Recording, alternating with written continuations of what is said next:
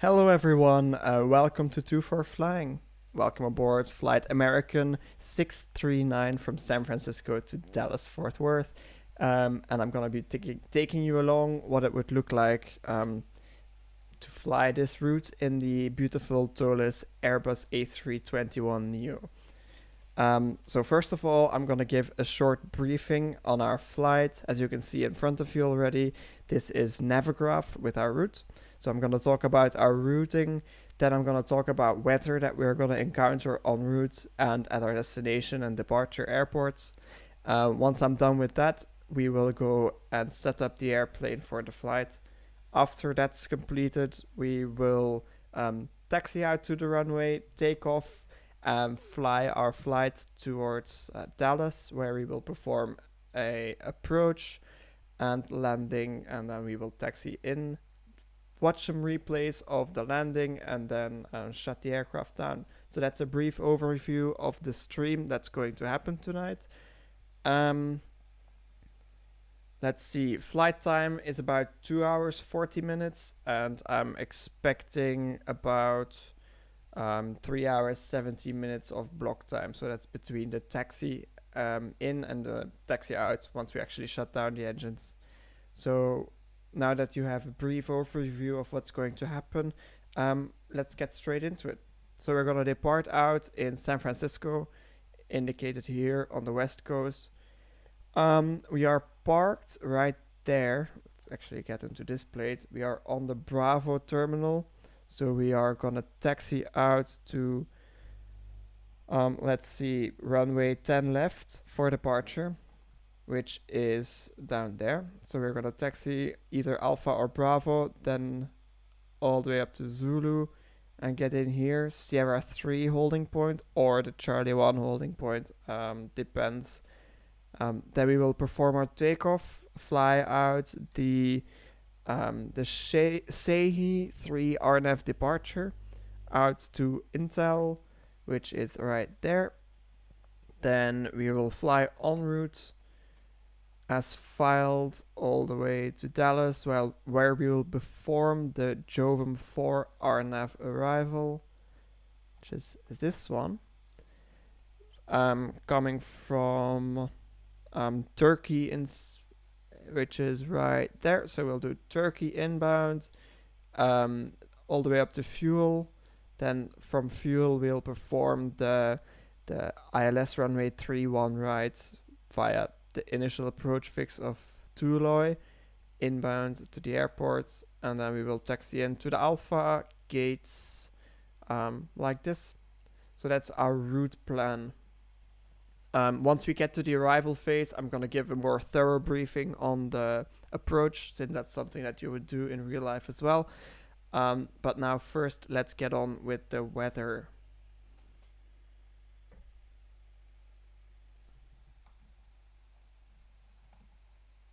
Looking at a convective, a surface analysis actually.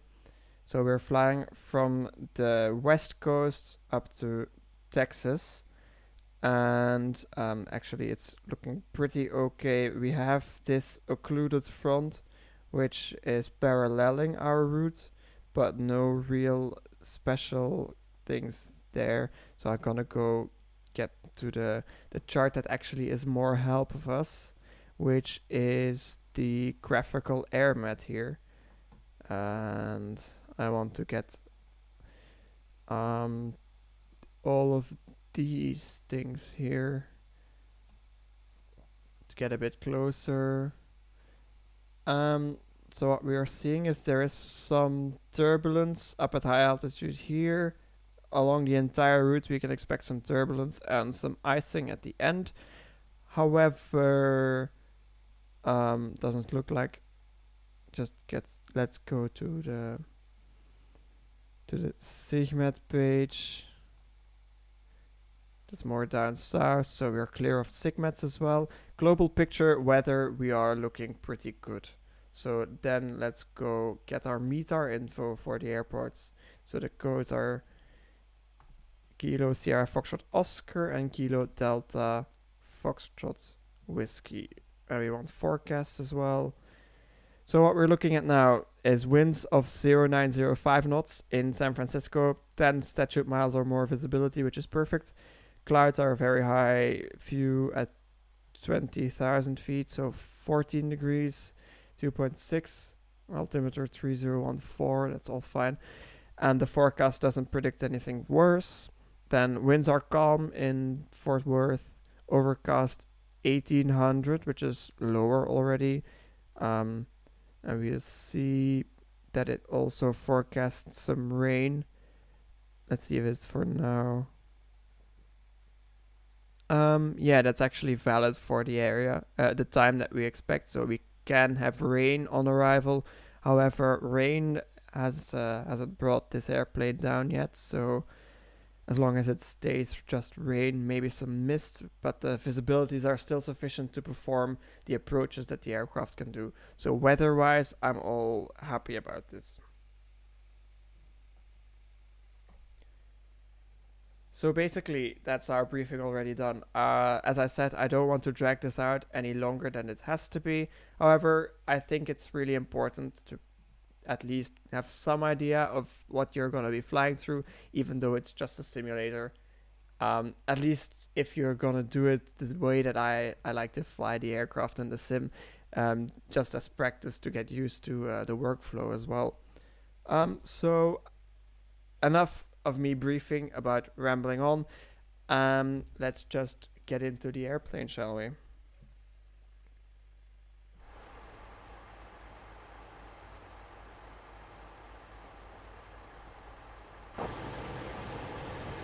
So, welcome aboard this beautiful Airbus A321. We are flying November 400 Alpha November by American Airlines. And the state that you're currently seeing is we are on ground power. I did my overhead scans already and I was busy entering the flight plan into the computer. And now you guys join us for the performance entering into the computer.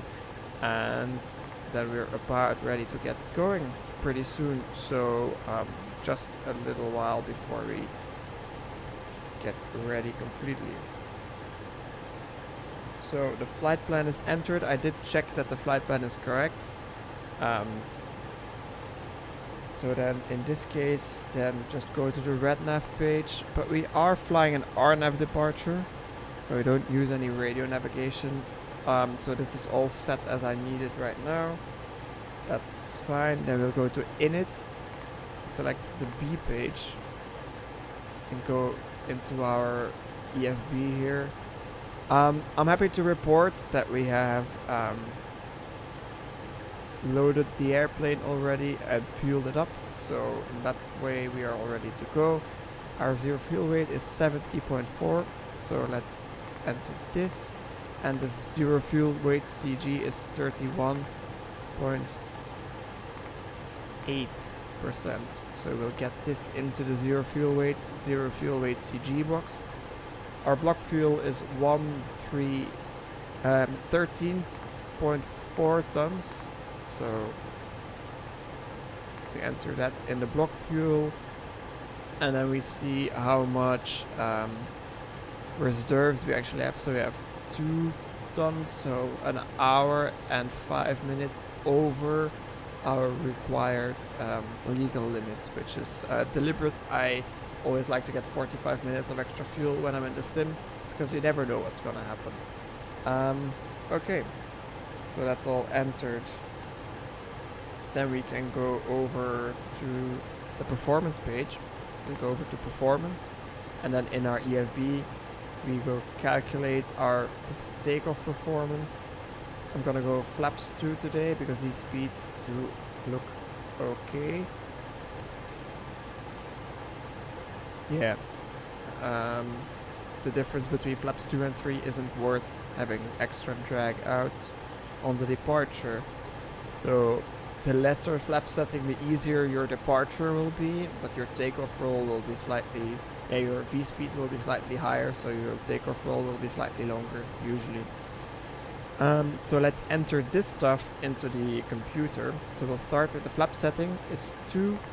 And we need down 1.1 for the trim, so we go to Delta November 1.1. We enter this in flap/THS. Flex temperature is 60 now, so we enter 60. Engine out, acceleration altitude. Let's check what our MSA for the departure is. The direction that we are going, it's gonna be 4,500. So we want this to be 4,500.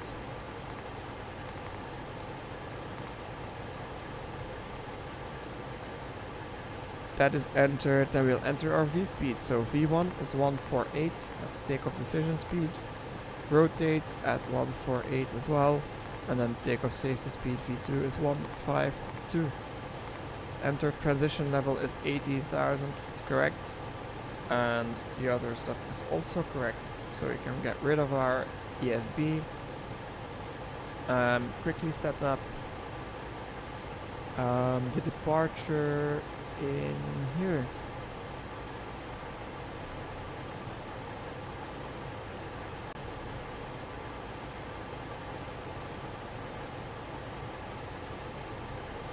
So let's first get our taxi diagram up, then get our departure. We're flying the C3 departure, so these are ready. This is Navigraph in Avitab. So Avitab is a plugin for X-Plane. Navigraph is the subscription service that you can get to have up-to-date AirX cycles and charts. So it's nice that you actually have your current location in here. We have a progressive taxi kind of feeling here. Okay, so this is set up. Lights are all as required. So we'll go set our altimeters to 3014, which is the current altimeter setting here. So I'll switch this over to inches of mercury and then go over to 3014. The good thing about this airplane is that it automatically sets all three, and I just have to set this here. The standby doesn't seem to be able to get anything other than hectopascals, so that's fine. Okay, let's check. Both flight directors are on, both landing systems are on, in order to get back to the airport pretty soon if we need to. We have this already set. ND mode is on arc, and I'll get the range down. Then we are flying an RNAV departure, so I'm switching off these ADF or VOR receivers. I'm not actually switching off the receivers, I'm just switching off the display, so I don't see them, but they're still working, obviously. Okay, right here we have speed managed, heading managed, and our initial altitude for the departure is going to be flight level 190. So we'll set up 190 or 19,000 feet. Is set. Then we will check that our timers are reset, which they are. All these are set up as required. On. On. Yep. Anti-skid, auto brake, and nose wheel steering is set. Then transponder, let's give us the code 3626. It's just a random code. You would be assigned one by ATC, but since we're not using ATC, I'm just going to set this up like this. And then we want it in transponder mode because we're about to move. And in San Francisco they have ground tracking ATC, so if we were to be using them, we would definitely want that on. Okay. That is set. Then check that my McZoo is in takeoff and my co-pilot is in flight plan. Then we'll start the APU. So we will press APU master on, and then we wait until the APU flap is opened. But instead of just sitting here waiting, I'm going to pre-plan my pushback. So our pushback is gonna look something. Let's see where you actually want to go.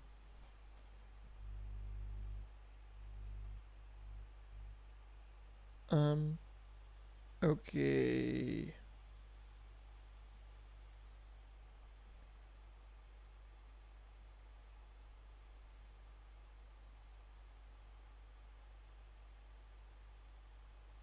There's no airplane next to us, so we can do basically this.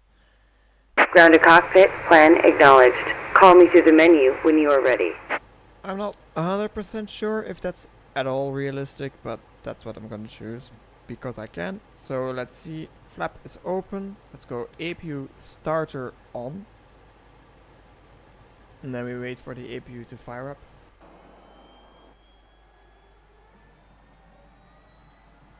Whilst the APU is firing up, we're actually loaded, so let's get everyone to drive off.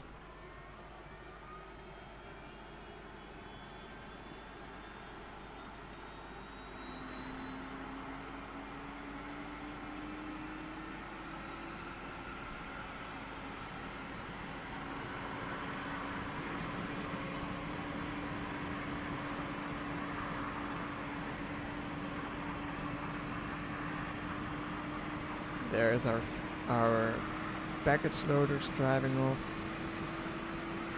The air stairs retracting.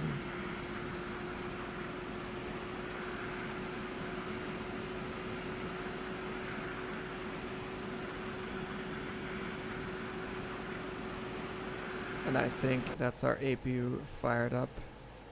So we have APU available. We will go into our EFB and request that they remove the external power. That's off. We'll go APU bleed on. And we are ready for pushback. So in this case we would request pushback clearance, which they would give to us immediately, obviously, because they're very important.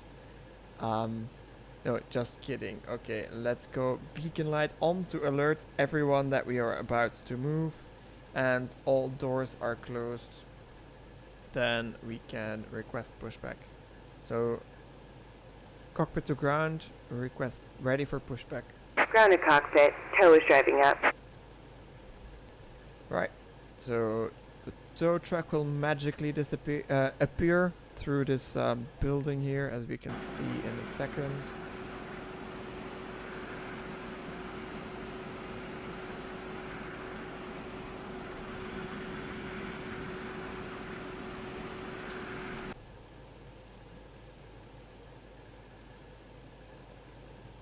So during my stream yesterday, I landed here in San Francisco and we were experiencing a 20 gusting 35 almost full crosswind, and I actually wondered if we were still within the limits of the airplane, so I looked it up. And for takeoff the crosswind limit is 29 knots gusting 38, and for landing it's 33 knots gusting 38. So we were definitely still within the limits. Okay, all doors and hatches are closed. Ready to connect. Alright, they're connecting, and I'll continue. So we were within the limits, and you saw that we actually managed to get a landing. Now, if you didn't see, you can obviously watch again. I did upload almost the entire stream onto my channel earlier today. So if you do want to know what happened, please go check it out, either during the stream today or after we're done. But you're warned, there is gonna be some quiet areas during the middle of the stream. A perfect time to watch parts of those videos. As you can see, we are being lifted up by our pushback truck right now. So we are ready to start getting pushed back, and Tow connected and bypass pin inserted. Release parking brake. in order to get that done, we'll release the parking brake. Parking brake released. Starting pushback, and you may start engines. Roger, starting number 2, then number 1. So we'll go engine start selector to ignition start. monitor that everything is okay, and then we will go starter number 1. Starter number 1, starter valve is open, N2 is increasing. And we will continue to monitor the start. At about 16% we have ignition. At about 23, earlier we have fuel, light off, and then we should see N1 starting to increase up there.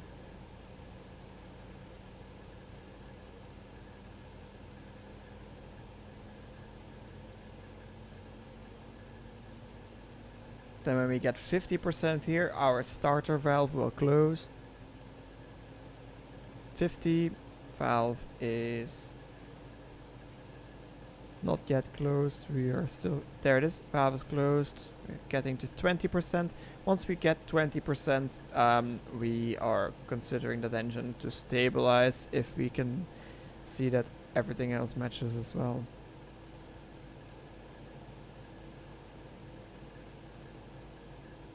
So we're about 20, about 60, so let's call that engine stable. So start engine number 1. Starter valve is open, N2 is increasing, and we will look from the outside today.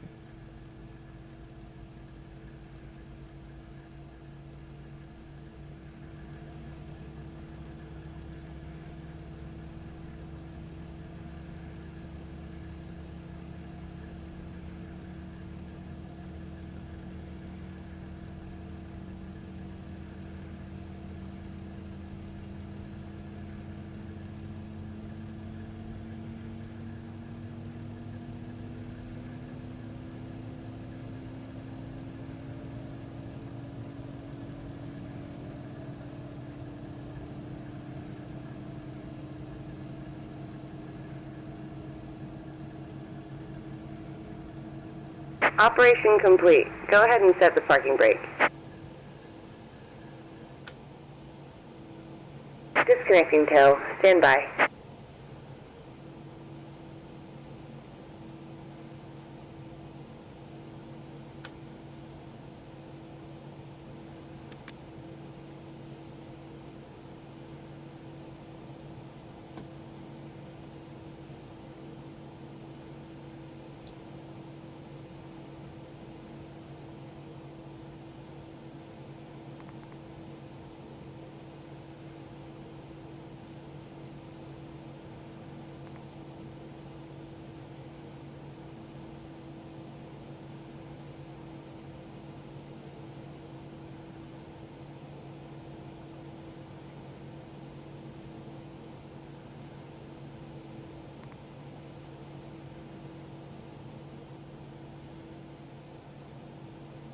Tow is disconnected and bypass pin has been removed. Hand signal on the left. We'll see you next time and have fun up there.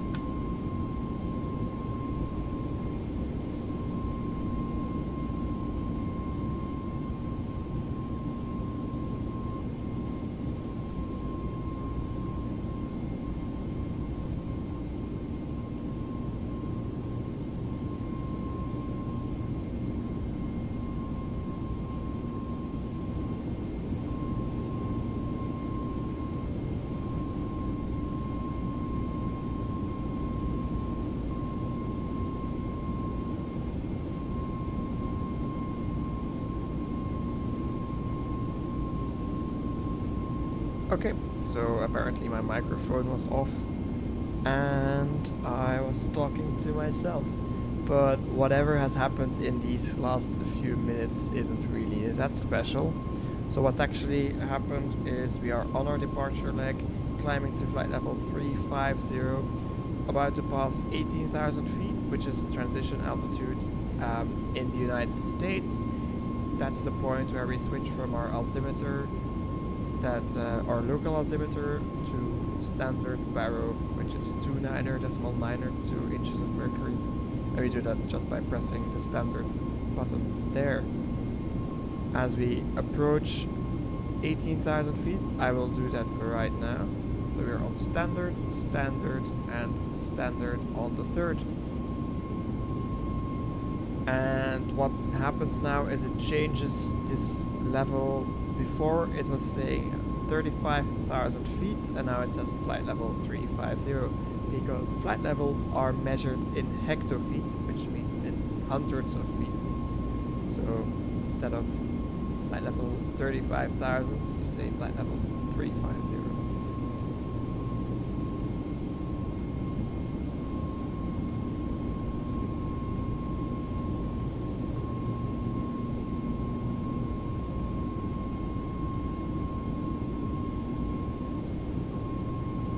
As we just passed Hopi, I am going to do a quick fuel check first, just to have a rough idea of where we started.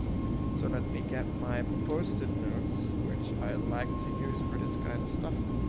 And check at Hopi, we should have had 12.9 tons of fuel on board, and we have 12.3 now, but it's already quite some distance away. So let's go and see if we can still find.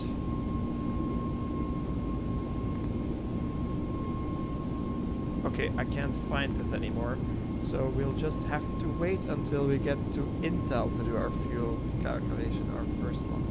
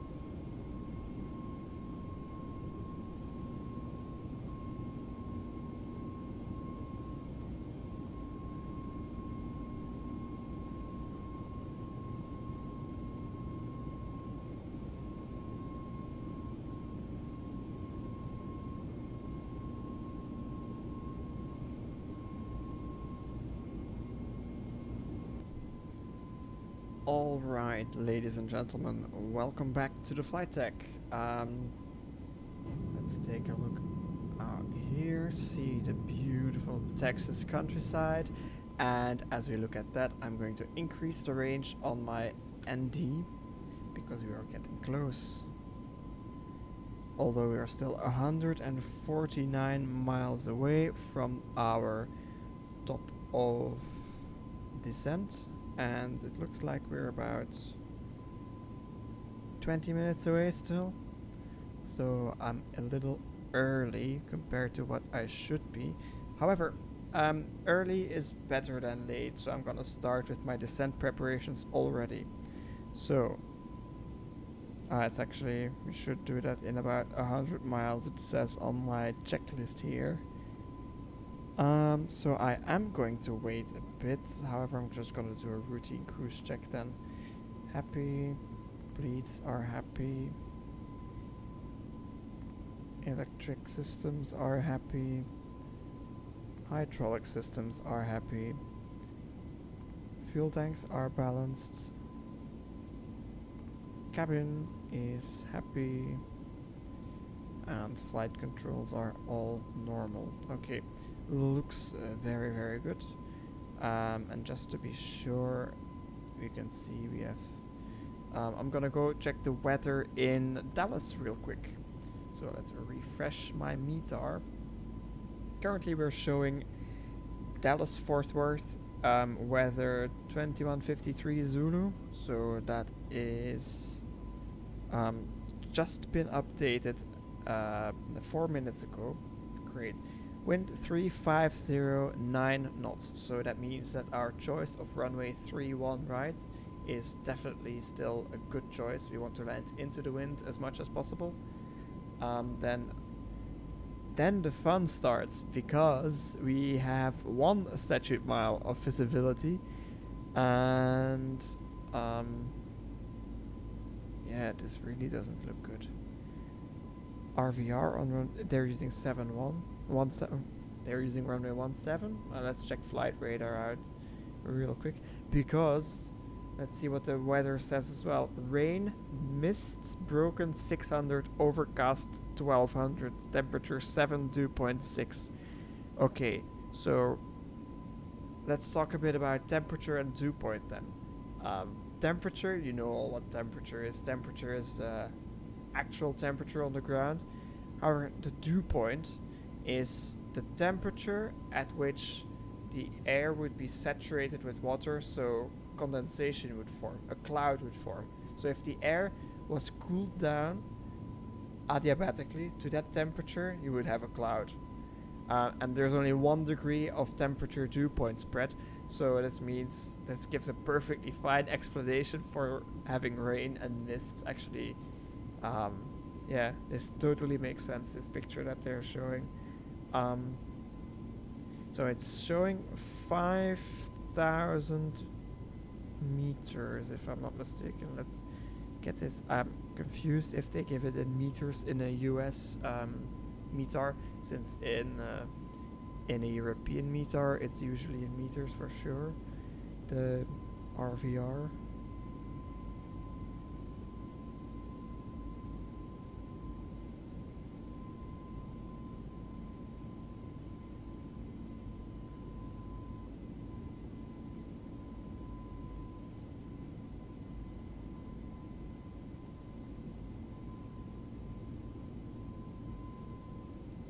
Actually, the decoded METAR doesn't even show it either, so it's just gonna have to do. And let's check flight radar if they're landing 17 center. Is that even a runway in Dallas? Let's go look. 17 center. Yeah, that's a runway that exists. And that would be landing with tailwind.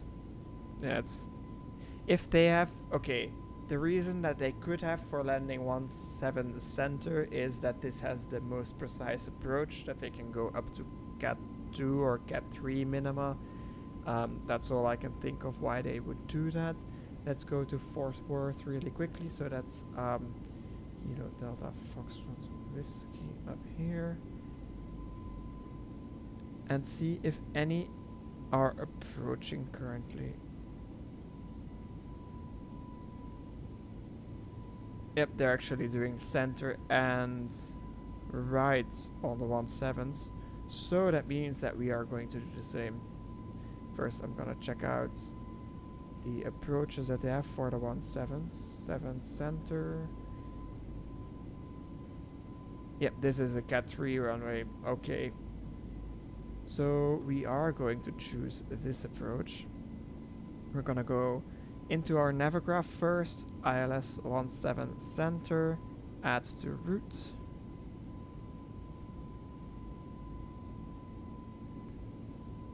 It's in our route. We want to have, do we want to have Bossy? And then we'll see the arrival. If there's any instructions for when you're doing the 17s.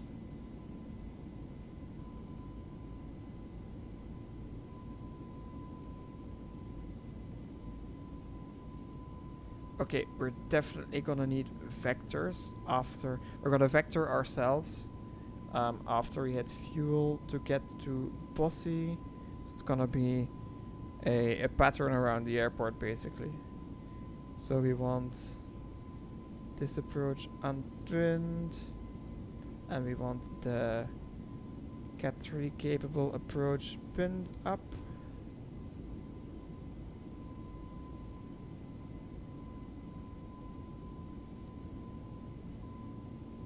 And that's actually in here. So let's go to our flight computer, go to our flight plan page, select the destination, arrival, and then we will select 17 center, which is the runway we changed to.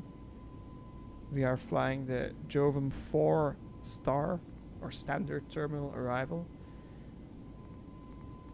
Should still be in the list. There it is, Jovem 4 via Bossy, and we are going via Turkey normally. There it is, Turkey. So it's all filled in. We'll go flight plan and temporary. Ooh.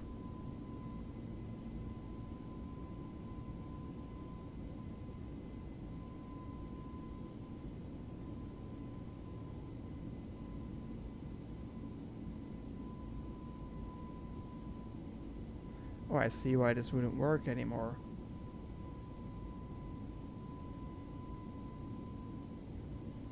Then let's clear the Turkey part.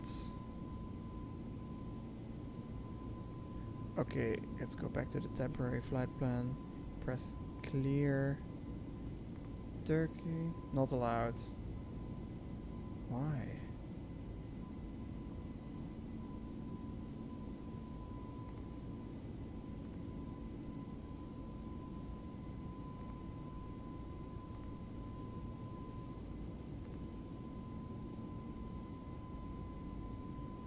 Okay, this is getting a bit confusing. Huh.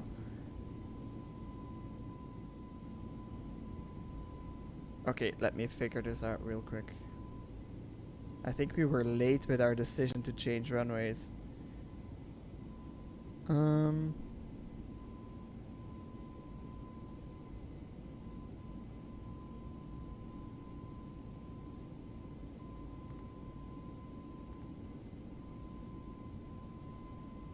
So we'll have to go into arrival, ILS 17 center.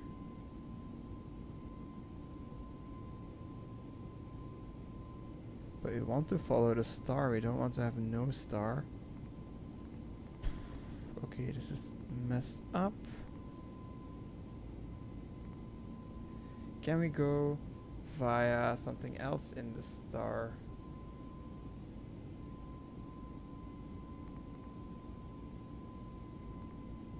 No transition, and then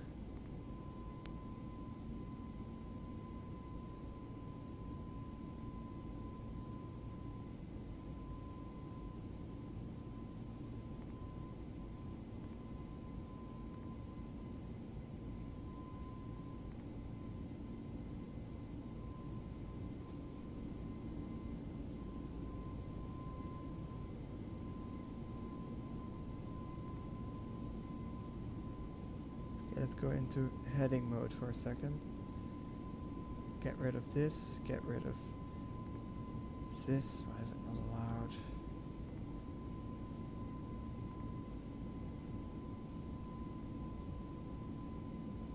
Okay, this is entered now. Ah, okay, it's working out. So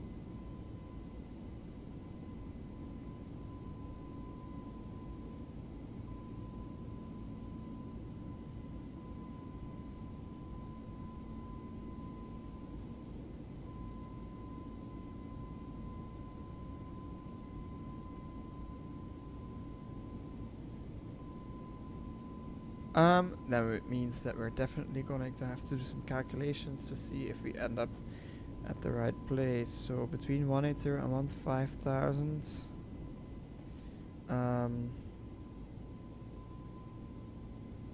We want victory 280 knots slash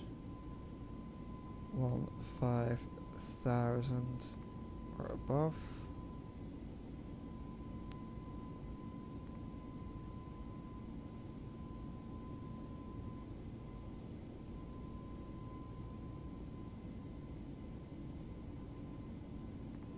Okay, this is already set up. Then what should we do? There's no top of descent. Should go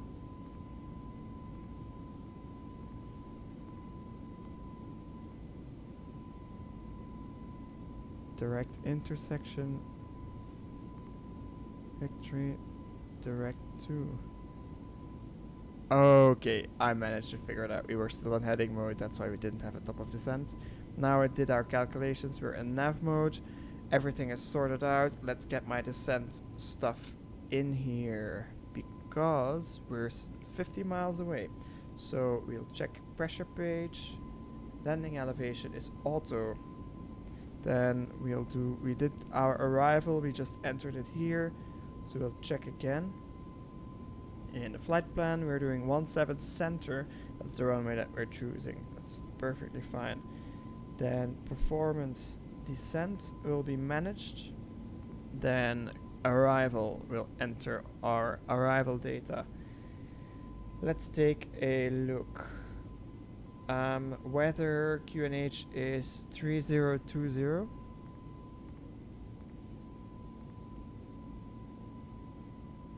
Ah yeah. America, it's 30.20 before I get it wrong. Temperature in Dallas is 7 degrees. Wind is 3509 knots. Get that up in here. Minimas that we are going to use. So let's go to our approach plate. Cat 3 minima. So unless do we think we can do a Cat 2 approach? See what the minimum 600, so at 100 we should be fine. Yeah, let's go Cat 2. They should give it to us, so we'll go 102 as the plate says. In here on radio. Config full is set. That is checked. We'll go auto brake. Let's go to the runway first. It's a very long runway, so you can go auto brake low. And ice protection will be required once we descend, but not yet.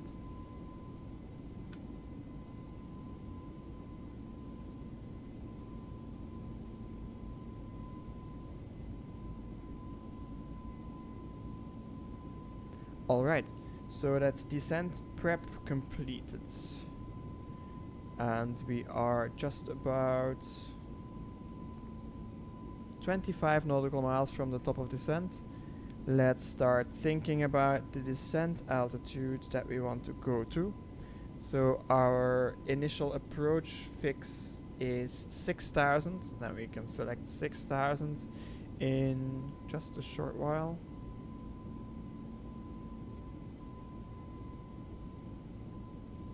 We'll have some fun with the Dallas weather today. Okay, I'm excited to get going.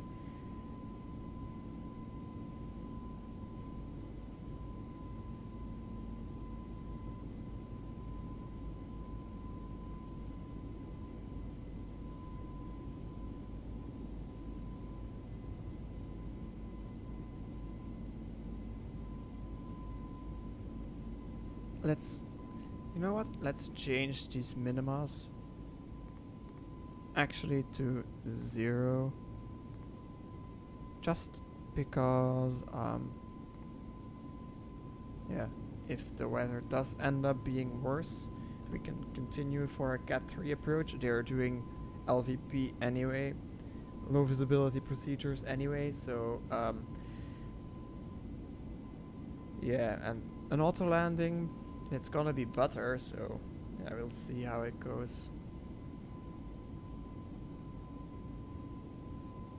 We're 50 miles from our top of descent. Let's select altitude 6,000 feet to which we can descend to. Of course, there are descent restrictions, but the airplane knows them, and the procedure requires you to set the initial approach altitude as soon as you start your descent. Or before you start your descent, obviously. Then it can aim for that, the computer.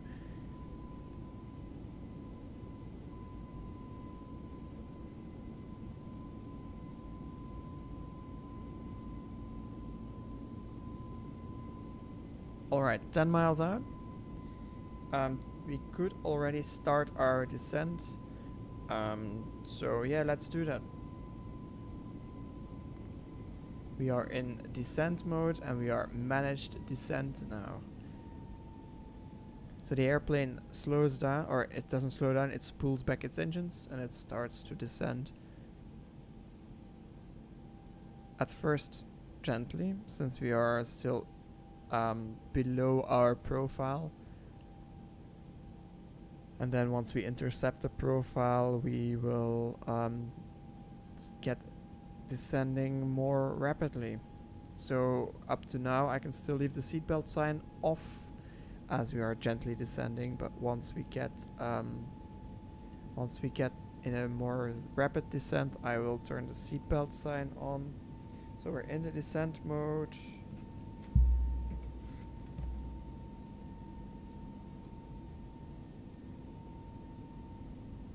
I've got weather on, so I'm gonna go tilt down 5 degrees. Now the reason why we do that, you would think the weather radar, it's mounted to your airplane. You would think that when you're pointed down, it's scanning down. But if you look closely to our PFD here, you see that our attitude is actually still above the horizon, even though we are descending. So what the tilt angle does here is we set a lower tilt angle compared to our body attitude of the airplane. That makes sure that the weather that we are going to be flying through, which is lower than us, is scanned as well. So right now we are intercepting our approach path here nicely, and you can see our rate of descent is definitely increased. Let's go seatbelt sign on.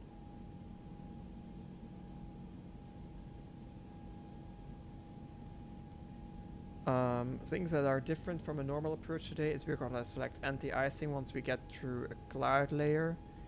And I'm gonna go engines to ignition start once we get in the close to the rain, because when it's rain, for a landing and for a takeoff, the procedure requires your engines to be in ignition start. And I do that by switching this mode selector knob down there. The difference is the engine is going to give continuous ignition pulses on the igniters, whilst this is not at all. Whilst normally this is not the case, but in ignition start mode it is. If you're more familiar with Boeing, it's gonna be the continuous mode, and not the flight restart mode or ground restart mode, just continuous mode, which you would also use for your takeoff most of the time.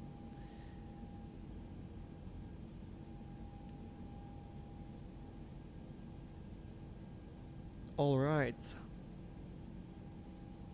we can look on our display. Our first descent restriction is flight level 150, which is actually 15,000 feet, but since we are still on standard barrow, it's selecting flight level 150, and that is the restriction at Victory. Then the next is Jovum, where we should be between 12,000 and 15,000 feet.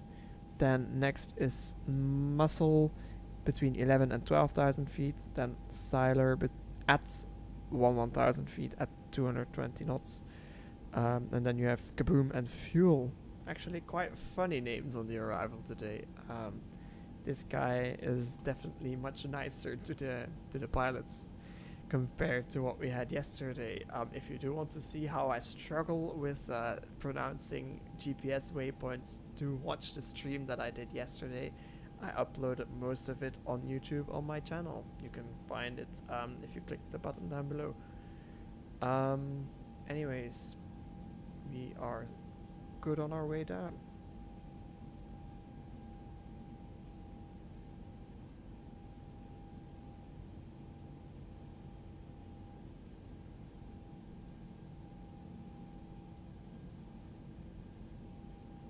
So just to be sure, I'm gonna go into plan mode, select a smaller range, and see what it made of this approach, because we messed with it a bit and I don't want it to be wrong.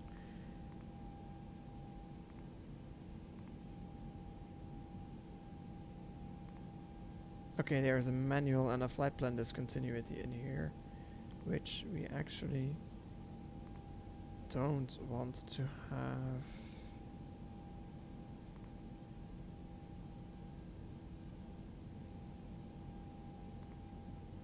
Okay, Kaboom to fuel, but we are gonna vector ourselves around, so wider, then intercept posse from the other side actually, to have a nice clean intercept on final.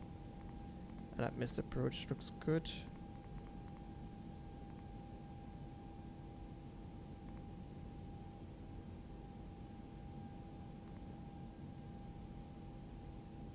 Okay, I am satisfied that this flight plan is going to guide us into Dallas.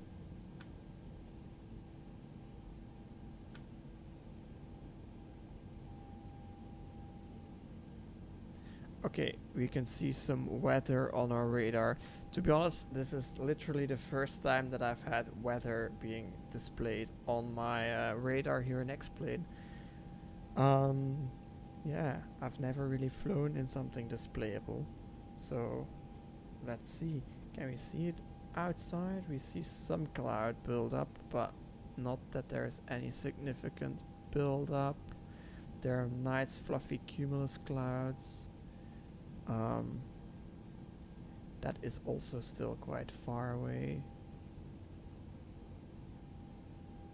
Yeah, we'll have to pay attention since the airport is right here. We are gonna do this, then go over in here, then down here. So let's calculate these headings real quick. Final approach course is 176. Also, let's check radio nav. ILSs are in. Okay, that's fine.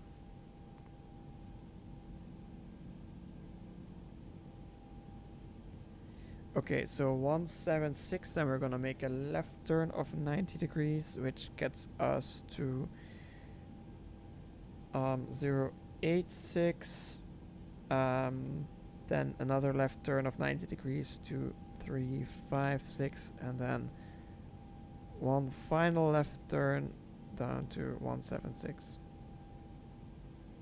Does that make sense? I'm not sure. I think so. Oh, wrong direction. Get this in.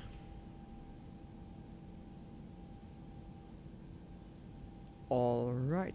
And just for safety, let's get terrain on my first officer's display. Then he can monitor if there's any terrain in front of us. Now, different to a weather radar, a terrain radar isn't really a radar. It's called that, but it's quite wrong.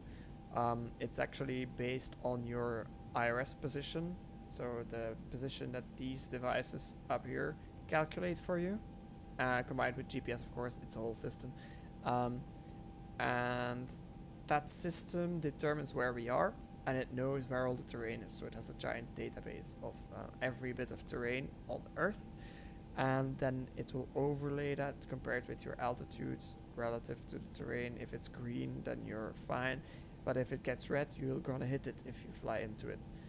Stuff like that. It's not a radar, it's a system based on a database. So might be a nice little thing to know. So we're approaching 18,000 feet, but we're still just underneath 20,000, flight level 200. So I don't actually have to select the QNH yet. I can legally already do it, since we're not going to be leveling off in a flight level. And we are told to descend to 6,000. So let's get that QNH ready. It's 3020. Have that ready in my head, that I don't have to switch any, to have to look for it when I need it most. Also get the star plate up, that I can see what's going on. Alright. So we're coming up on 18,000. I am gonna switch to 3020 now. And the way that I've set this up is it also sets it up in my first officer and my standby instrument. In a real airplane that doesn't happen. They're all three have to be set manually, of course. However, I'm just a single crew. Usually when you set your altimeters in Europe, it's pretty low to the ground still, so you're doing a lot of other stuff. That's why I have the synchronization on. Okay. We are also below flight level 180 then. We're 18,000 feet or below. So we can cross Victory perfectly safe and within the limits. Also, we need to slow down to 280 knots when we get there. So that means I'm gonna give it some speed brake up to half deflection whilst on autopilot is allowed. And you can see that we are fast, but I'm reducing speed now. Also, I think the flight computer did calculate this, so I'll go back, speed brake retracted, as we return to our glide path, and it's slowing down using a reduced rate of descent. Now we are in our speed zone and our descent has restarted all the way down to Jovem between 15 and 12,000. So the new limit is 12,000 feet in purple. And once all the altitude restrictions are gone, it will be our blue restriction of 6,000, which we set on our mode control panel right there. Okay. We have the cells coming up on our, looks like 1 to 2 o'clock. Let's try to take a look. I can't believe that it's this. It just looks like such a small thing. However, it's just green, so it's a small thing. It does contain precipitation. And let's get a quick weather update at the airport. Good news. We currently have 4 statute miles visibility, or it seems. Ah, no, never mind. I misread it. It's 1 1/4, so it's a quarter more than we had before. And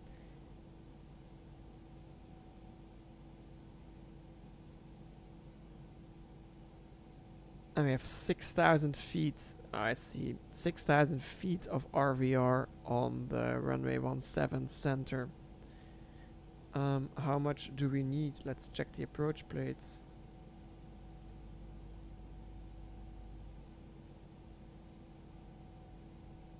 Looks like that is exactly what we need. So the weather really can't get any worse. We'll have to fly our Cat 3 approach. Okay, interesting. So, for everyone who came here to watch me land, I'm afraid it's gonna be the autopilot that's doing it. However, that might be very interesting to see as well. Um, yeah. And for everyone watching the YouTube video, you'll probably know already since I would have put it in the title.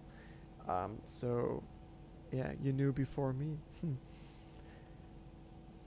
Alright, we are nicely descending here on our descent profile, and we are lower than 15,000 feet, so we can pass. Oh, let's see, it's missile now. So 12,000 is the one that we have to beat. I'm gonna shut up a bit more and pay more attention.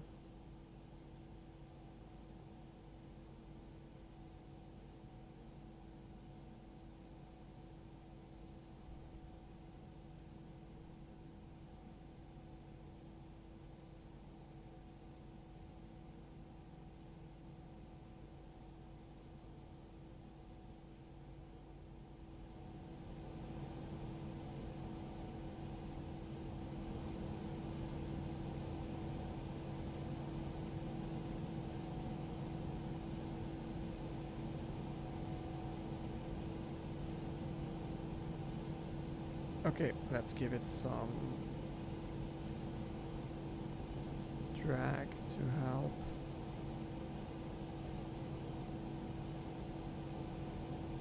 Well, I'm not sure it really needs any. Let's get rid of it again.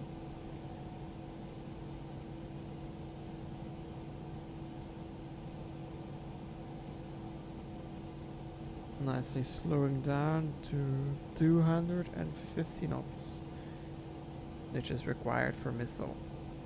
The next one is Siler. 220 knots, 11,000 feet. Okay, obviously I didn't need to pull speed brake there. I should trust the computer more to know what it's doing and to have calculated it better, since now it's adding engine power to get back energy that I just took away with the speed brake. Okay.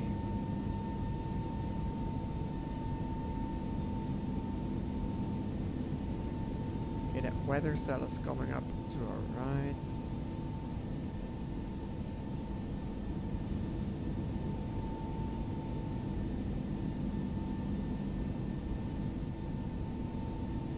Just before I forget, let's turn on anti-icing, because we are a cold airframe. It's still freezing up here, and there are some clouds that we are going to be flying through pretty shortly.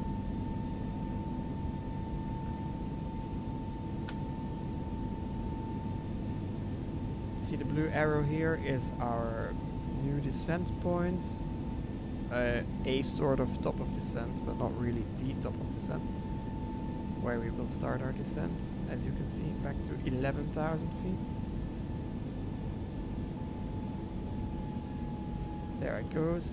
Of course, the airplane knows it's gonna have to slow down to 220 knots before it gets there. And that is also why this magenta, orange, the magenta dot is there. So we're gonna level off pretty soon at 1,000.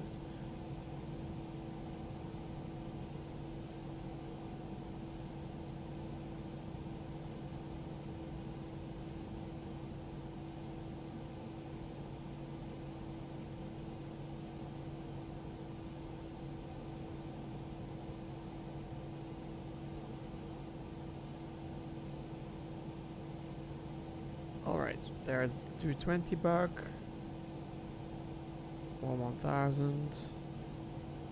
After 1,000 we can descend to 6,000, following the star up all the way to our point. We want to be at Bossy at 6,000, then descend to 5,000 for Penny, 3,000 for Zing, then 2300 for Jiffy, and then we intercept the glide slope at Jiffy. So approach briefing real quick. Dallas Fort Worth, ILS runway 17 center, ILS 110.3 was set, and the final approach course as well. Glide slope check at 2300 at Jiffy. MSA 3600, and we are doing Cat 3 approach, so no minima, and minimum visibility 6000 is obtained. So we have no approach ban and missed approach as published or as directed. Briefing is completed. So it looks like our airplane wants us to stay level at 1000 for a little bit before we get our descent on. However, once we get off the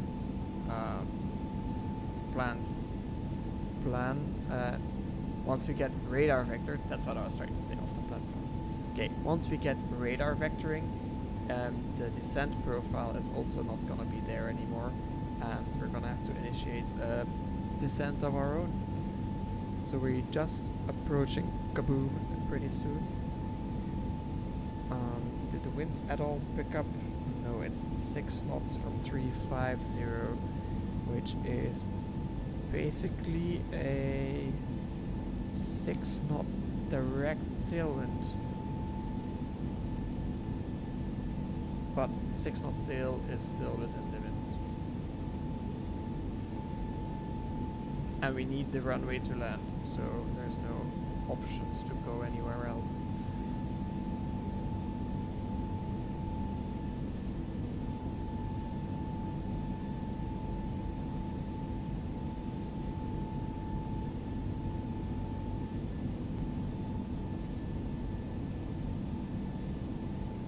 Okay, because of the vectoring, it's gonna go very quickly, very soon.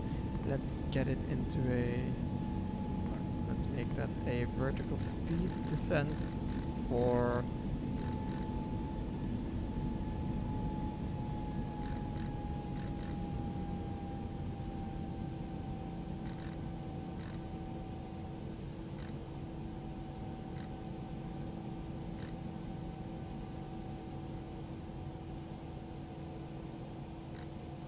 let's make that 1500 feet a minute.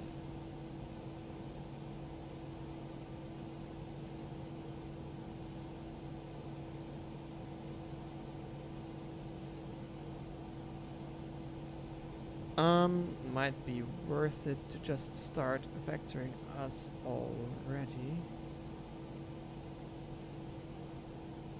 since we are currently here. I forgot to show you on the star chart, of course, how everything looks. I'm still getting used to this whole thing, having epitap here. However, if we do this, it might be interesting to get in here like that.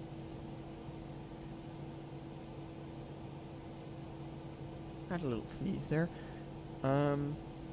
Maybe like this in here, or we wait until we had fuel. Let's wait until we're at fuel. Just because we can. It's nice, gentle, not too stressed.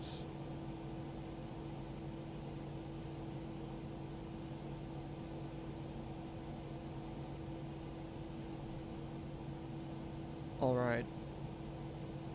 We briefed. We are descending to our altitude. That's 10,000. Let's get our landing lights on. Do our 10,000 checklist. So seatbelt sign is on. Constraint is active. LS modes are both on. Radio nav. Let's check again if our frequencies are tuned. That's the ILS, and final approach course isn't correct. It's 1 degree off, which is curious, but I guess it will be fine. Alright, that is our 10,000 feet checks are done.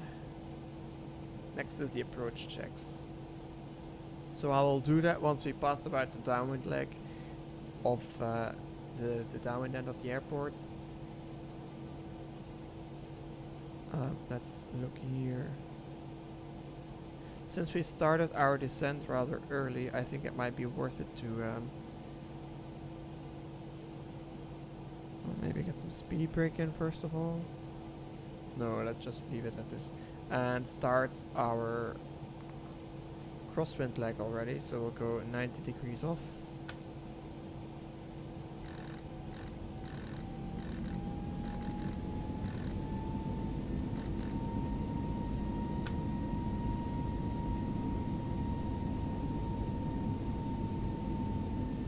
Okay, there it is in speed mode. I don't want speed mode.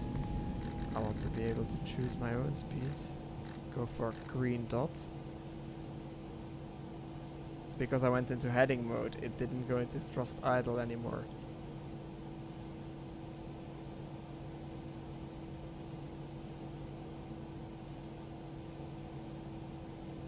And let's pay attention to the wind, so we want a bit more because we're going to be blown in.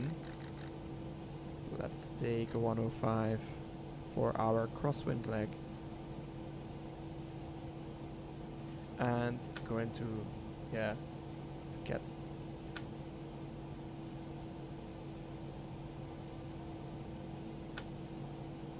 rose mode up so that we can actually have a good picture of what's going to happen with the runway.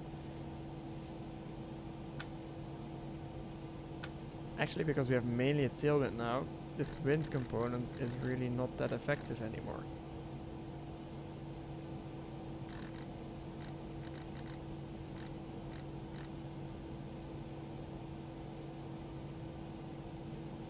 At 6,000 now, which is great.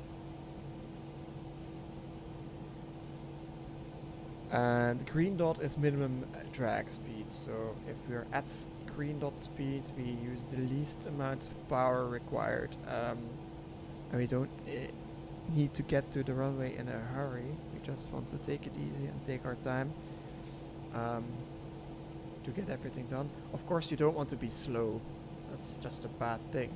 That's why I turned early. I don't want to be slow. I don't want to go an unnecessary far distance. However, this feels like this is appropriate. So what I have up on my tablet now is my approach plate.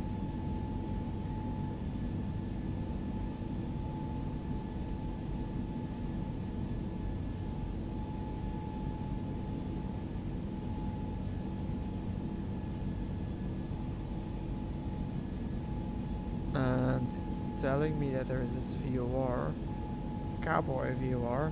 Might be worth getting that on a VOR2.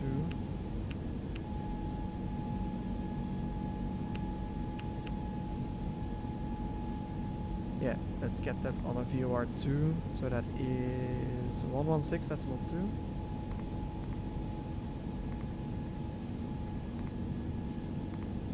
Get this tuned in.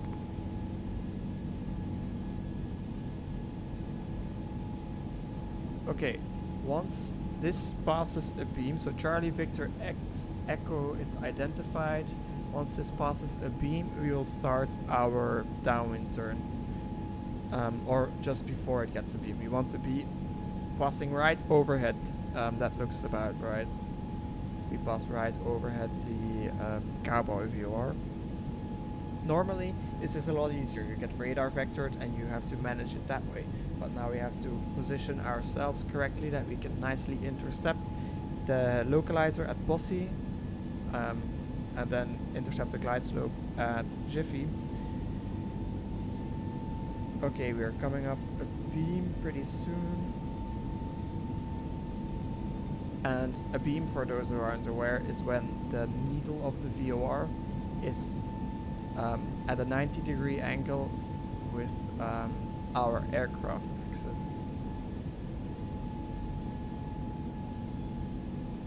Yeah, that's pretty a beam to me. Let's go fly heading 356. And that cloud here is why we have our anti-icing on. Just one quick weather update before we commit to this.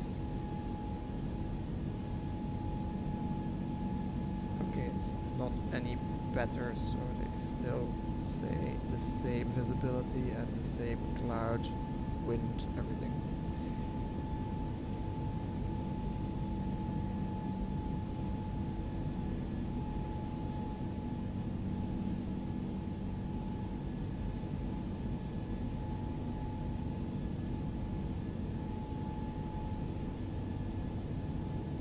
Actually look, okay, I have to get the different approach plate obviously. Let's get the old approach out, get the new approach in. So approach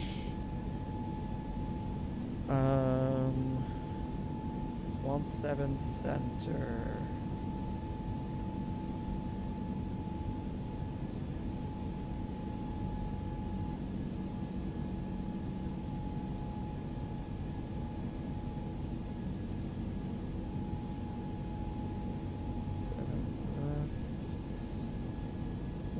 Seven center ideal. Okay, so we are passing about here, as you can see, which is exactly where I want to be. And you can also see that our minima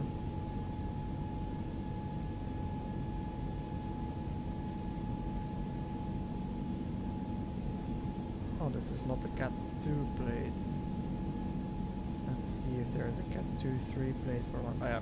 Okay, so in my Navigraph it's just one plate, but this makes sense. We're flying this approach, so to Cat 3 minima.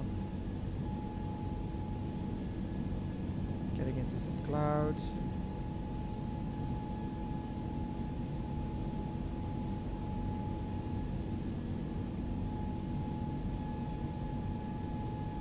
And the first needle, so the signal needle, is tuned to the airport's VOR. So once that passes the beam, let's get our flaps in to flaps 1.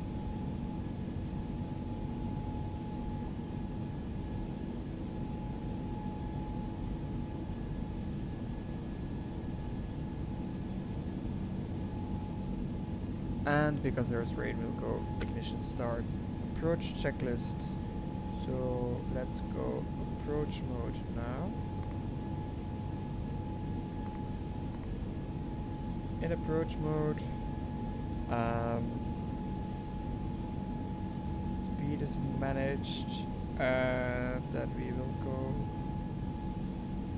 flaps 1 pretty soon. We're not there yet though. Look where we are compared. This is a tool that I use to cheat now, but we don't really need it. So rain, good thing I am on the ignition start. It's really bad weather here. Okay, everybody who's missing out, they're really missing out on something.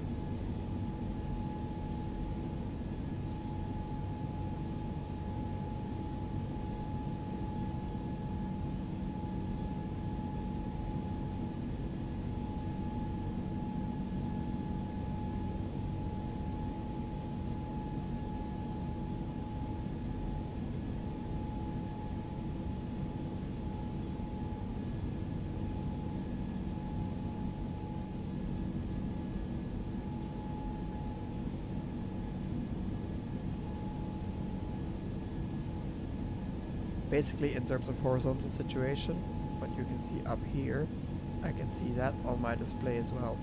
The vertical situation, however, is something that I want to have up, so that's what I'm gonna use often. So we have to be at 6,000 now, and then we at Posse we can descend to 5,000, and then to 3,000, then 2,300, then intercept the glide slope.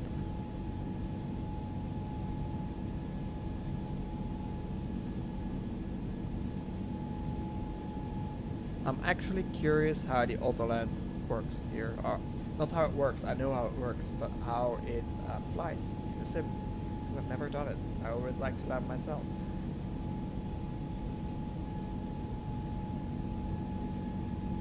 Ooh. Okay, we're out of the clouds. That was abrupt. You can tell that it's explained on Microsoft Flight Simulator.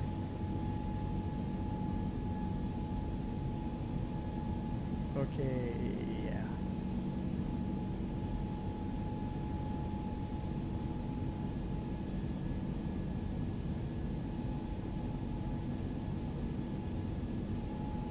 there's Bossy coming up, and we want to go slightly past so that we can intercept on a 45, but we're not going to completely intercept on a 45 from Bossy because that would be a bit wasteful. We can also still intercept our ILS, our localizer at Penny. Just you want to get the descent right, so that you're at your platform, and by the time that you're at your platform you want to be localizer established as well. Rather important. So currently the outside air temperature is still -2 static, so I would leave it on still. And even if it were positive, we just came from the flight levels and our airplane is still going to be very cold. So ice could still form on the wings, which is something you never want.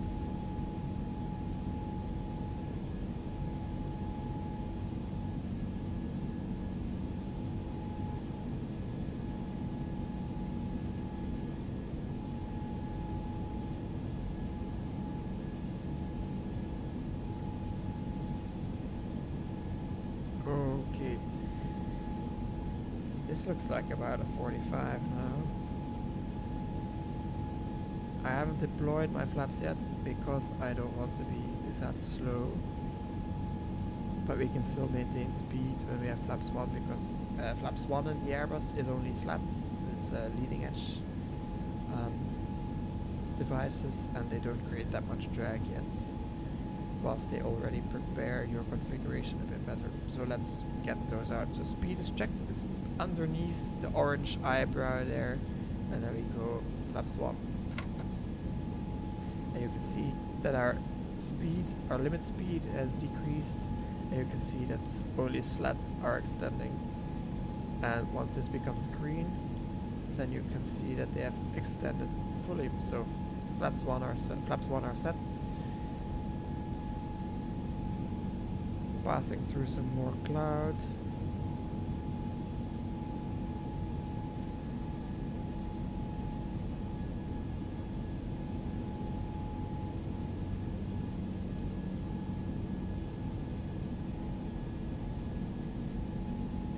And just to be ready, our go around altitude is going to be 4,000 feet.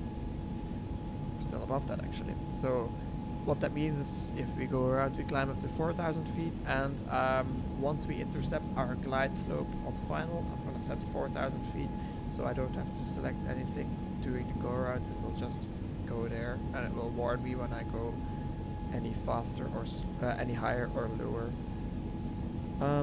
So let's keep the speed up for a little while.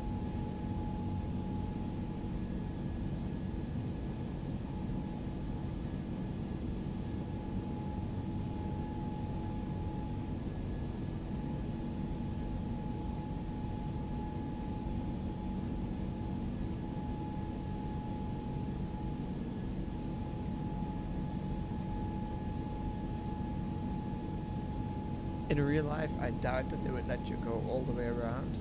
I think they would have cut us off the arrival a bit sooner and let us come in from the top instead of going around the bottom of the airport and then back in.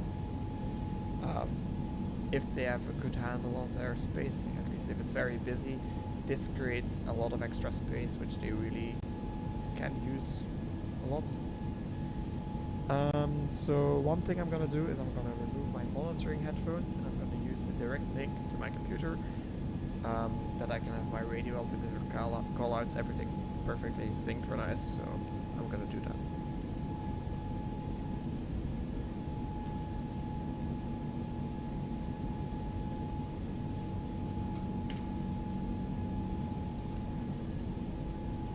I am now directly listening to the sim, so if anything goes wrong with the audio of the stream, I wouldn't know anymore. But that doesn't matter that much. Okay, perfect. We're gonna start our turn inbound to 266.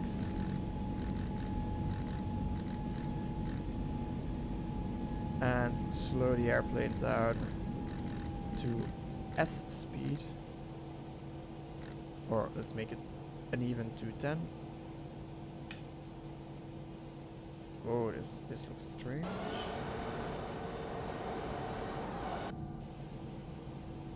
Ah, it's...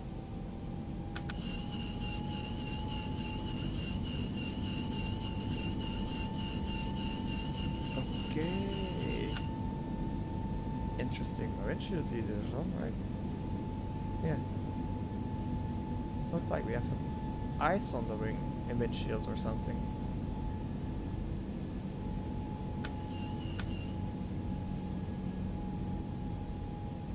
Cool. I've never seen these effects before. Okay. Let's focus.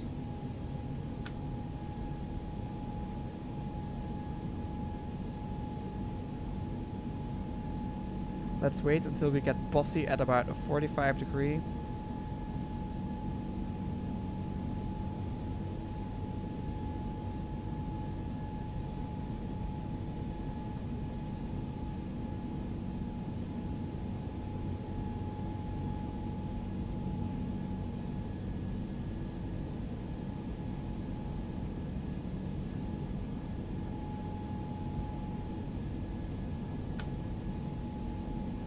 Yeah, it's a good idea to go back to arc mode now, because I already can see the picture that I need, and this gives me a bigger image to work with.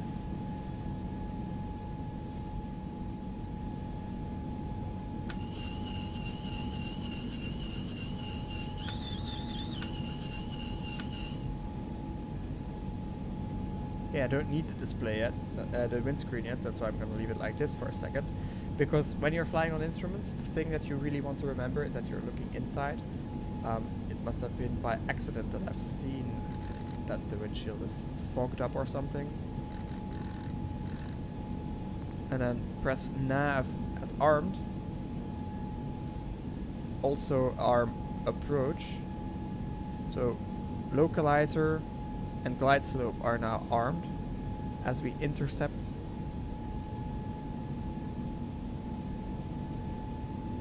Now we have final check, so it's Fox Lima Quebec, which is right here, 110.30 is set, and we are 22 miles out, which also seems about correct. Okay, exciting moments for this flight.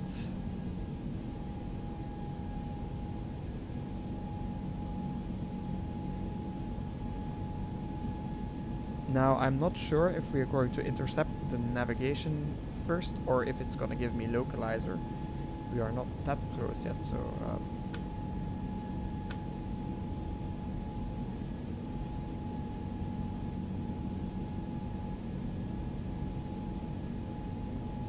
okay, there is localizer info. Let's get this heading a bit less sharp. Let's make it 225.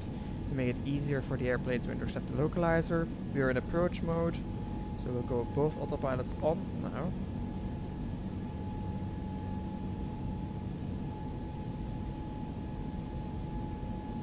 Or let's go localizer only. Okay, localizer only because we have the risk of intercepting the glide slope a lot too soon. Lokestar, that's bossy, so we can descend to 5,000. Make that a pretty swift descent. Lokestar means that the airplane is intercepting the localizer. And you can see that localizer is in fact alive. Might be useful to get some speed breakout to prevent us from going over slat speed. And I'm going to select a 190 in the speed window here, because I'm feeling that we're going a bit too fast. Localizer is established, so right now the call to ATC would be localizer established. We are approaching Penny, and Penny would mean that we can descend to 3,000 feet. So that's actually Penny right there. Let's select 3,000 feet. Go vertical speed.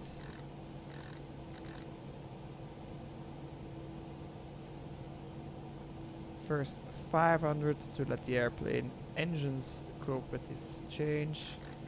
Increase it to about 1100 feet per minute.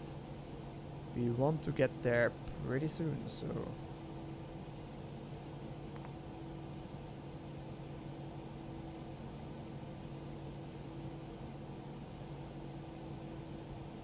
the annoying thing is it's still giving me readings from fuel, so this is not properly set up, but we can see the locations of these points. So 16.2 miles is Penny, then Zinc is 9.9, so we're looking for 9.9, then we can descend to, yeah, we need to descend a lot quicker than this, in fact.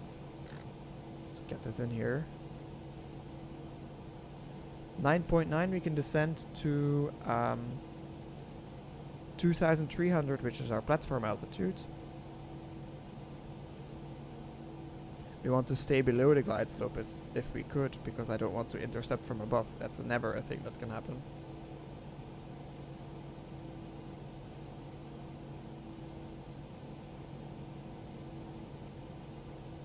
We are at 11.1 now, waiting for 9.9 to be at 3,000, descending to 2,300.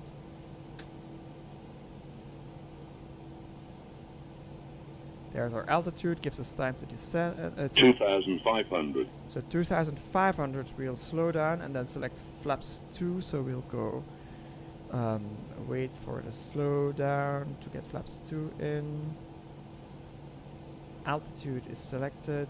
There was 9.9, so we can actually descend to 2,300 now. Speed is checked flaps 2, and we can't sustain a vertical speed like that, but I have to do something to get us lower.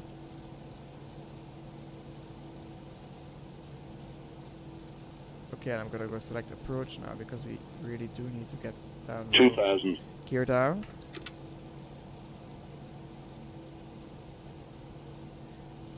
Okay, we need to. This is getting a botch job.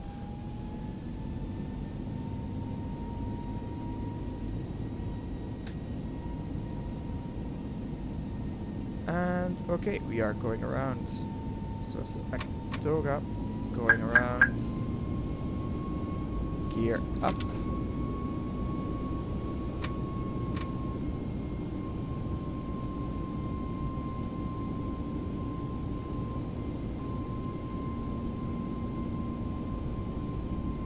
Okay, so this was not well managed at all.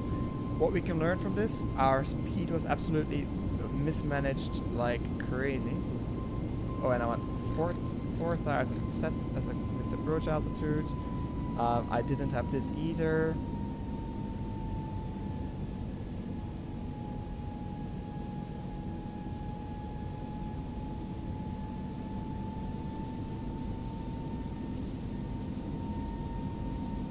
And we're flying the missed approach.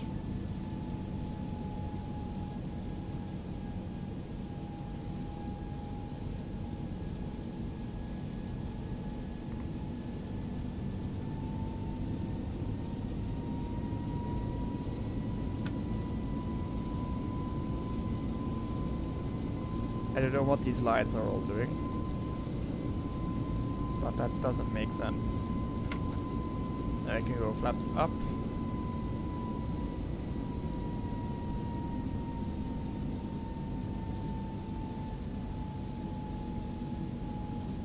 Okay, let's try that again. Let's say that we are vectored for a left turn heading 086. We can maintain 4,000 feet, which will give us a hand in getting actually more stable in the approach.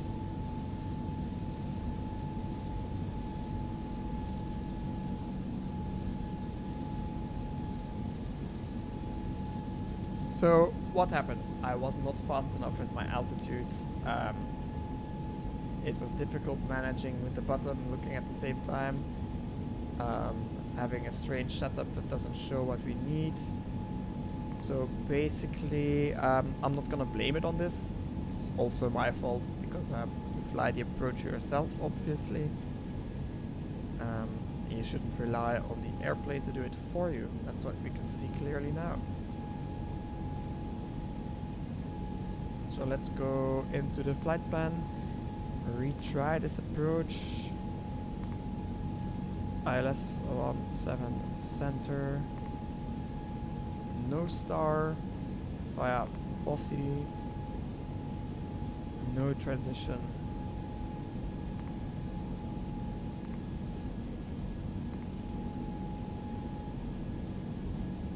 And go direct to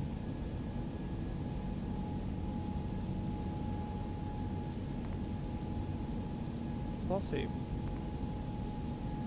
We're in nav mode now, and it looks like it's going to do us a good job. Or not. Yeah, I'm afraid it's not going to do us a good job, actually, to be honest. No, absolutely not. So let's just go heading.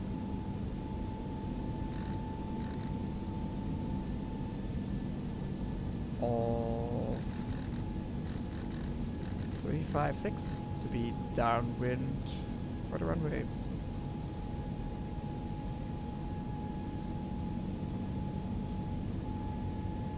And obviously let's try this again. But that's why we're here. As the title says, I am a student pilot, and yeah, don't know everything yet. And I've definitely never flown one of these in real life, so.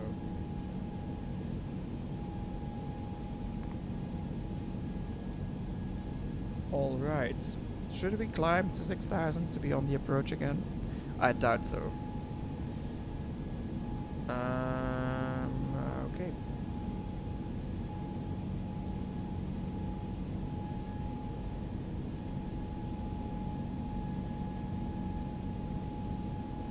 Next time what I'm gonna do is I'm gonna get us established on the profile, select 2300 already, let the airplane manage its descent itself, and then, yeah, because it's gonna be very difficult. I don't want to make it any more complicated than it already is.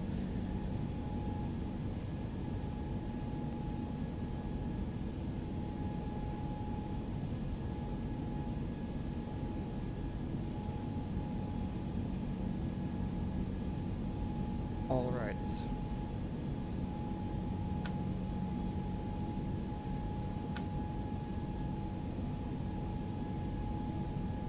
What we actually want is we want to go there, make a nice left turn. Maybe I'll go a bit wider. Let's go 020 for a sec. Go a bit wider.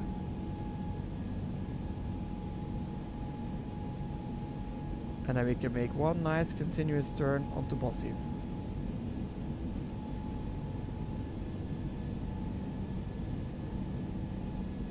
So the headings that I'm choosing in real life, you don't just pick a random heading and just do whatever you want. You would be normally you would be vectored. As I was saying, this gives you more time to focus on the approach itself instead of trying to figure out where you are and when you should start your turn and whatever. So let's pretend we got a 020 heading vector from the nice Dallas ATC guys.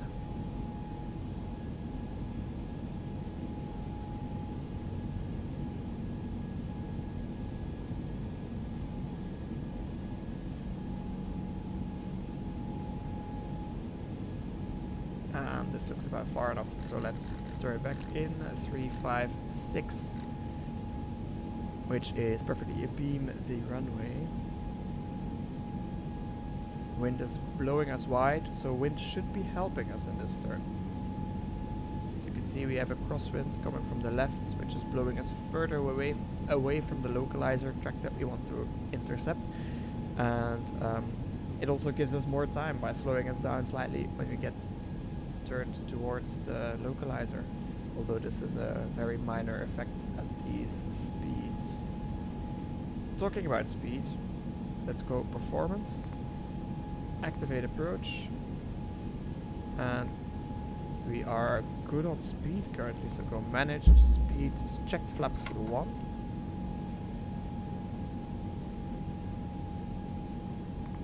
And then select S speed for a flap 2 we're setting soon.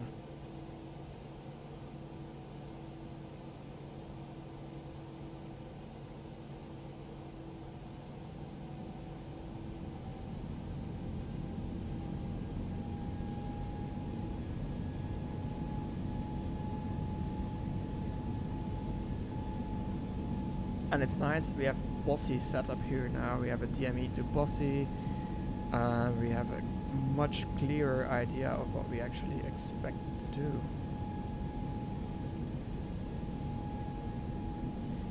Before we start our turn, I'm gonna get a quick weather update. It is exactly the same. Now it's turned to light rain with mist. Okay, so nothing changes approach-wise. We're still gonna have to do a auto land. Cat 3 Charlie approach all the way up to the runway. The autopilot fly.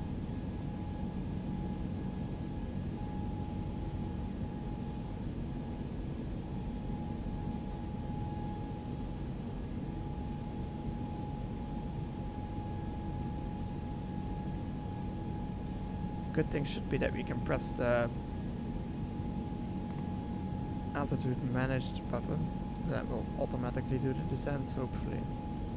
That's kind of what I'm counting on here.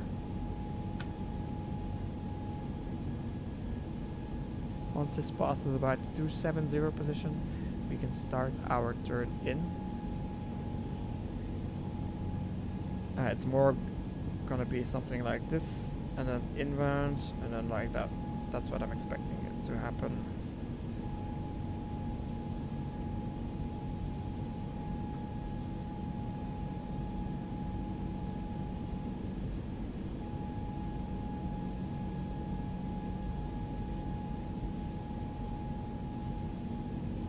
Alright. Looks pretty good. Start our turn. 266.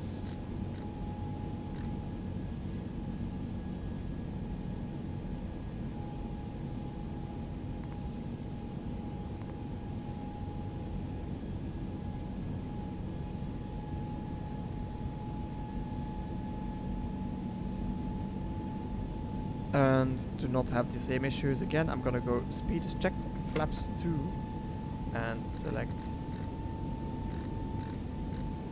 190 knots. That we can deploy flaps 3 if we want to as well. Since currently we are holding level, we're not gonna be descending and decelerating at the same time again, because we all know how that went just a couple of minutes ago. Alright.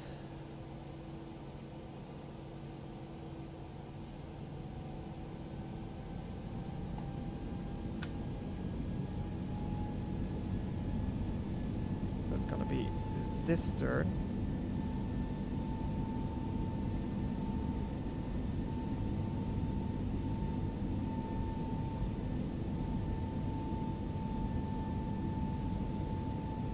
So you can see we are coming in from here and then turning in.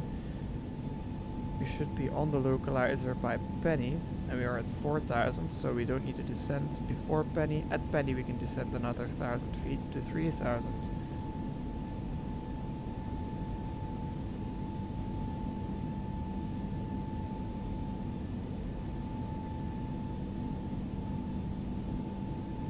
And we are, let's say, 3 miles further out than Bossy is, but we are being blown in ever so slightly.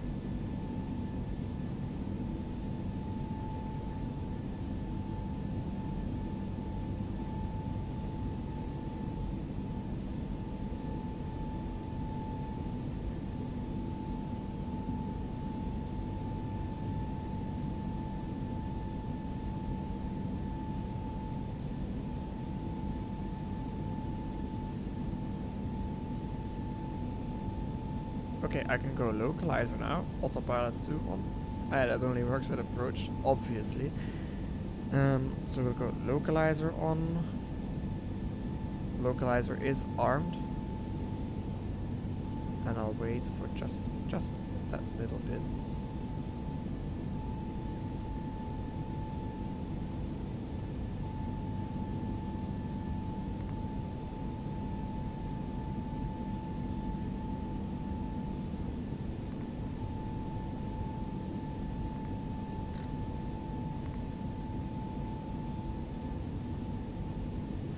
And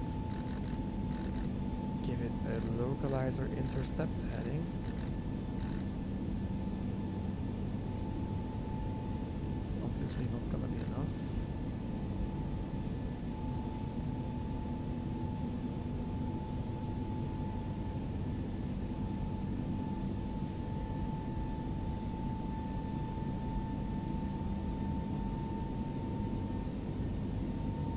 There it is. Indications.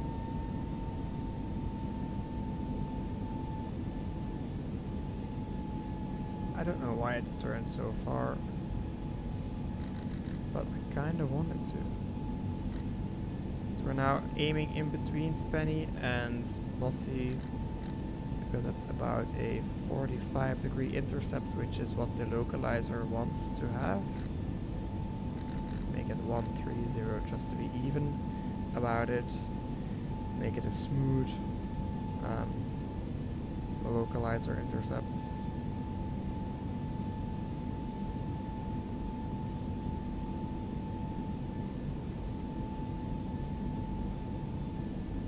Actually more than 45 degrees, so maybe about 220.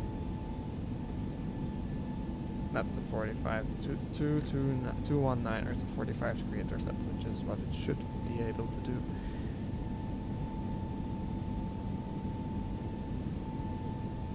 There, Lokestar, and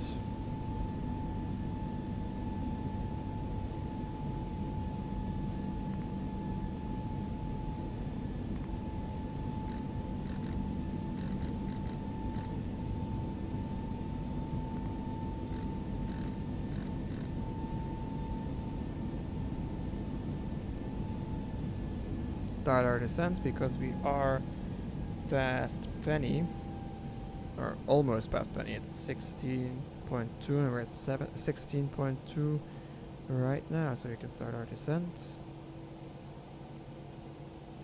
We can go gear down, flaps 3. Select flaps full speed.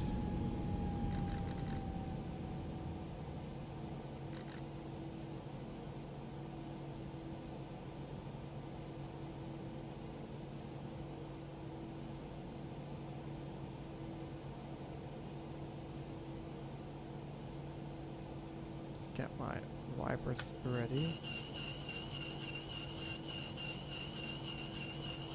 That's an annoying sound, but then at least we can see something through the windows. Get our speed brakes armed, auto brakes set.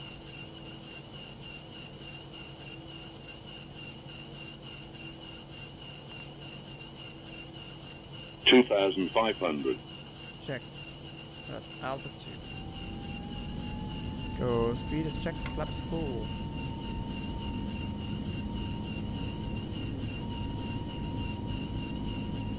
Let's have 2300 set.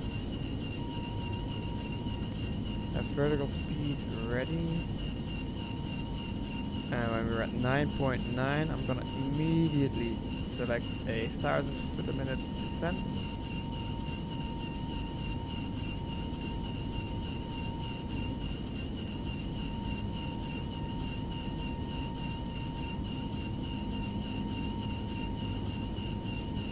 And we will go approach armed, autopilot 2 on, Cat 3 dual is what we want. Probably gonna intercept the Glide Star before we get there though. But to be honest, if it does, I'm just gonna leave it like this because it's better on the Glide stuff than nothing at all. Okay, there it is.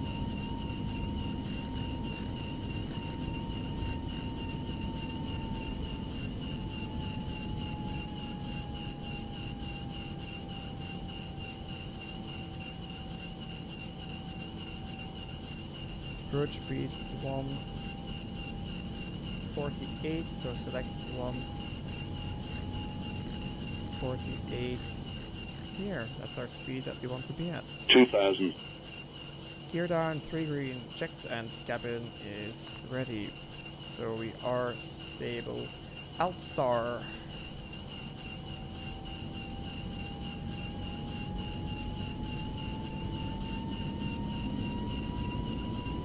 Getting a bit gusty. Glide star.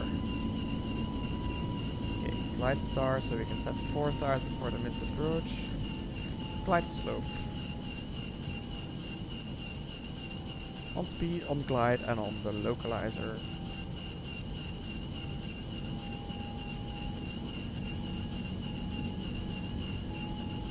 Also looking outside in our scan if we can see anything, but not expecting to. And we will let the airplane fly all the way up to the end.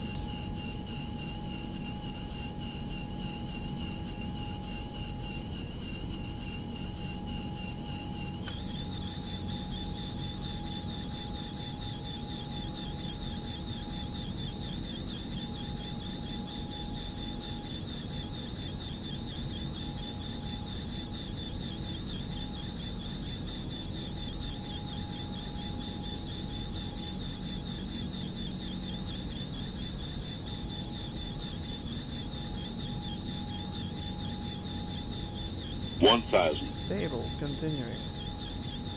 And with approach altitude is set.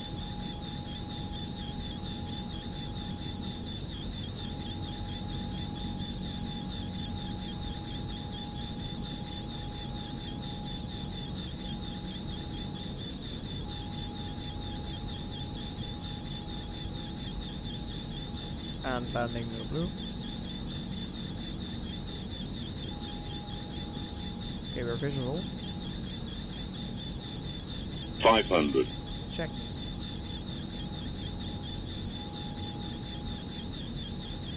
$400, Land. 300,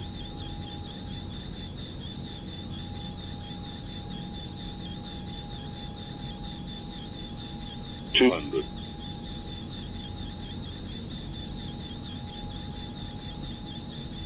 100 above. 100, 50, 40, 30, 20, 10, 5. And reversers. Reversers green.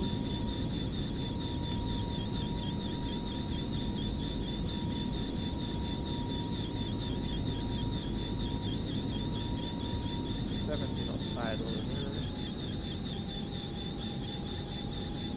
Reversers off. Manual braking. I will take this exit.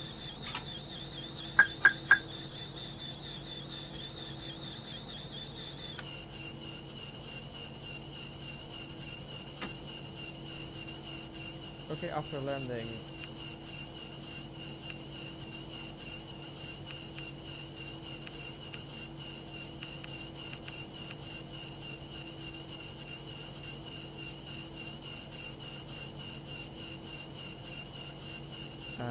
let's vacate. We are runway vacated. Let's do our after landing checks. Parking brake is set. After landing checklist. Landing lights retracted. Strobe. Auto. Spoilers are disarmed. Engine mode normal. Weather radar off. Transponder. Transponder. Flaps up. And start APU.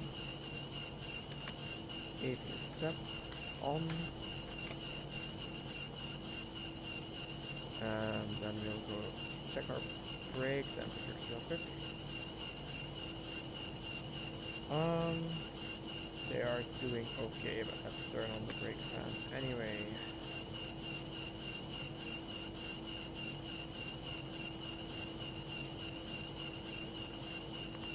Flap is open, APU starts, and let's turn this thing off first for a second. I have some rain on my windshield, also stopped. airport diagram. We are right there. So we are going to taxi via Echo Lima and then up here to the Alpha. So Echo Lima, there is a right on Echo Lima, then a right all the way up to there. Okay, and we are ready to taxi. Our taxi light is on. We'll go APU bleed on.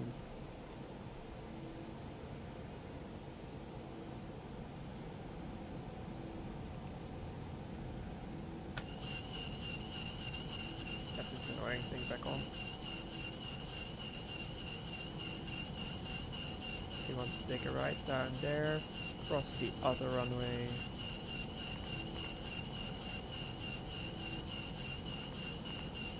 I'm actually quite impressed by this auto landing system. Really, really nice. This really made my day, made it all worth it.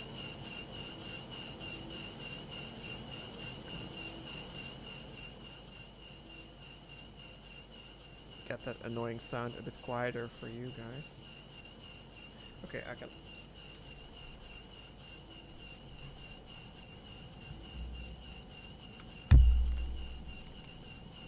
I could go back to monitoring this because I want you guys to actually have a decent sound experience and not hear the whine of a thing.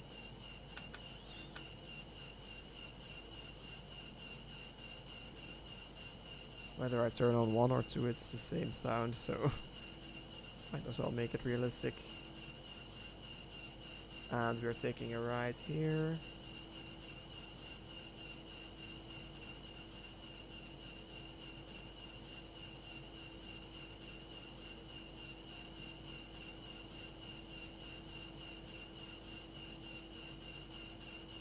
And whilst we are taxiing in, let's take a look if the replays are showing anything at all in this horrible weather.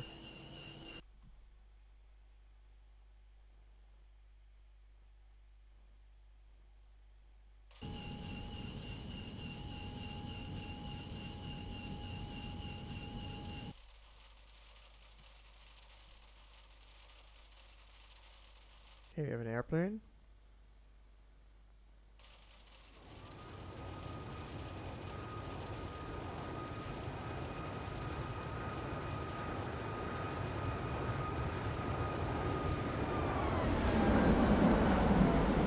Okay, those spoilers, they weren't up, that's for sure. It's the bug again.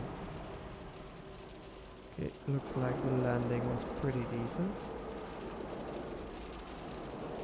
The rollout as well.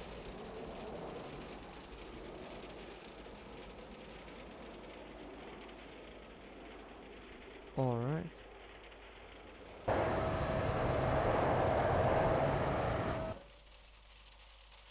Yeah, tower absolutely didn't see anything.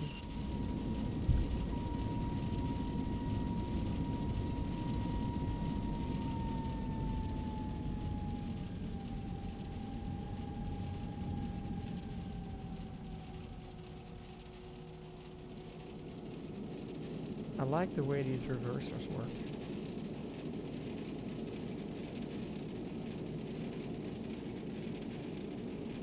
Yeah, it's actually pretty cool.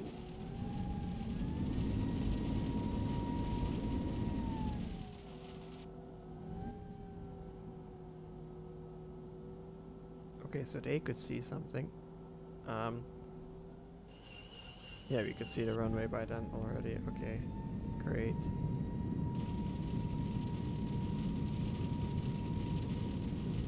Just don't think about these spoilers, they weren't up. It's when I retract the spoilers already, then it happens that it doesn't really work anymore. The timing.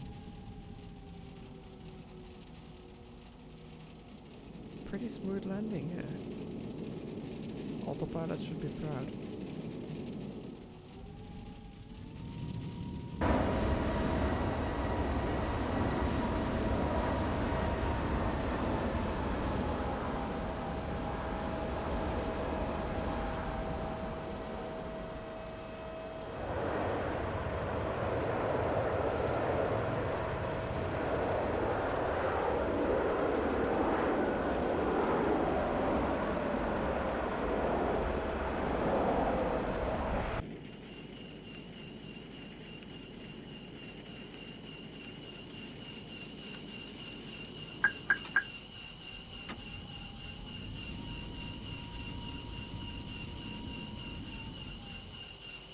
Okay, let's get into the cockpit. 50, 100 above, 200, See, we got visual there. Did you hear how the GPWS was wrong? 200, Also giving wrong indications. That's when the speed brig's deployed as well. It's all linked. 100 above, 100, Because this is the 100 feet. 50, 40, 30, 20, 10, 5, Definitely wrong what's going on in the cockpit. Well, you can hear the reversers as well. So don't listen, just look.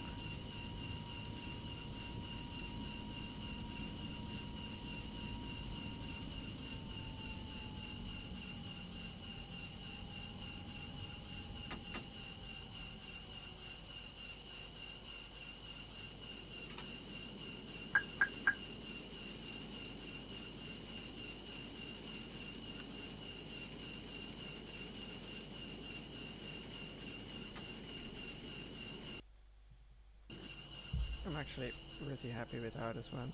So let's taxi into the gate and shut her down. Okay. Whilst I do that, I would also already like to thank everybody for watching and sticking around. Yeah, as I always say, the end is always worth it, and today is an excellent example. You got 2 landings for the price of 1, including 1 attempt by me, or at least 2 approaches by the price of 1, including 1 attempt by me and 1 successful go by the autopilot. However, as one of my teachers likes to say, garbage in, garbage out, so don't just think it's all autopilot. If you want to try this out, you'll find out that management is quite important as well. So yeah, I hope everybody enjoyed this, and I hope you're also getting a bit motivated to do stuff like this yourself, because it's one thing to watch me fly, it's another thing to try it for yourself. So if you can, just get X-Plane, try it out. You don't need any fancy equipment. The joystick I'm using, it's how much is it? It's under, for sure it's under $100, but not much more than, I can't remember the exact price, I'm just gonna not say anything about it. This is the Alpha stance, so we're going to get in here and park.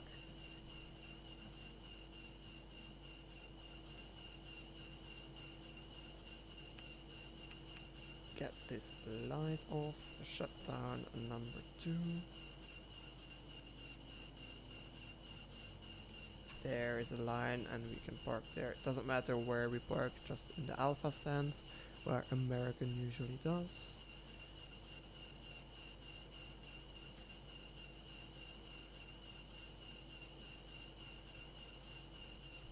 And use the cheat cam to see if I'm parking correctly.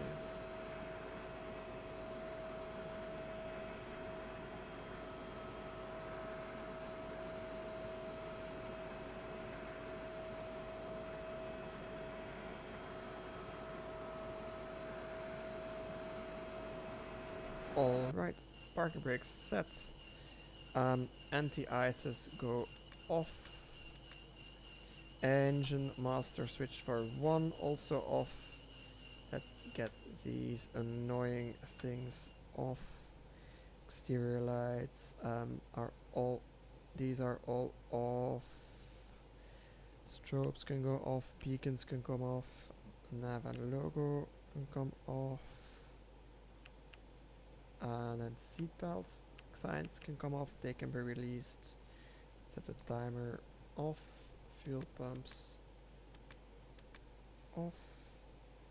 Transponder to standby. These modes off. And get the brake fan off and dim the displays. Back off.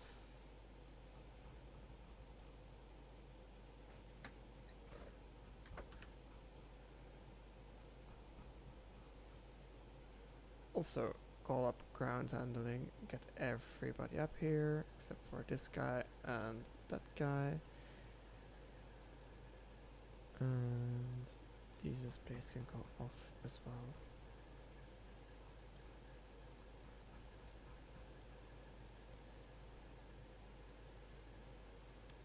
Crew oxygen off.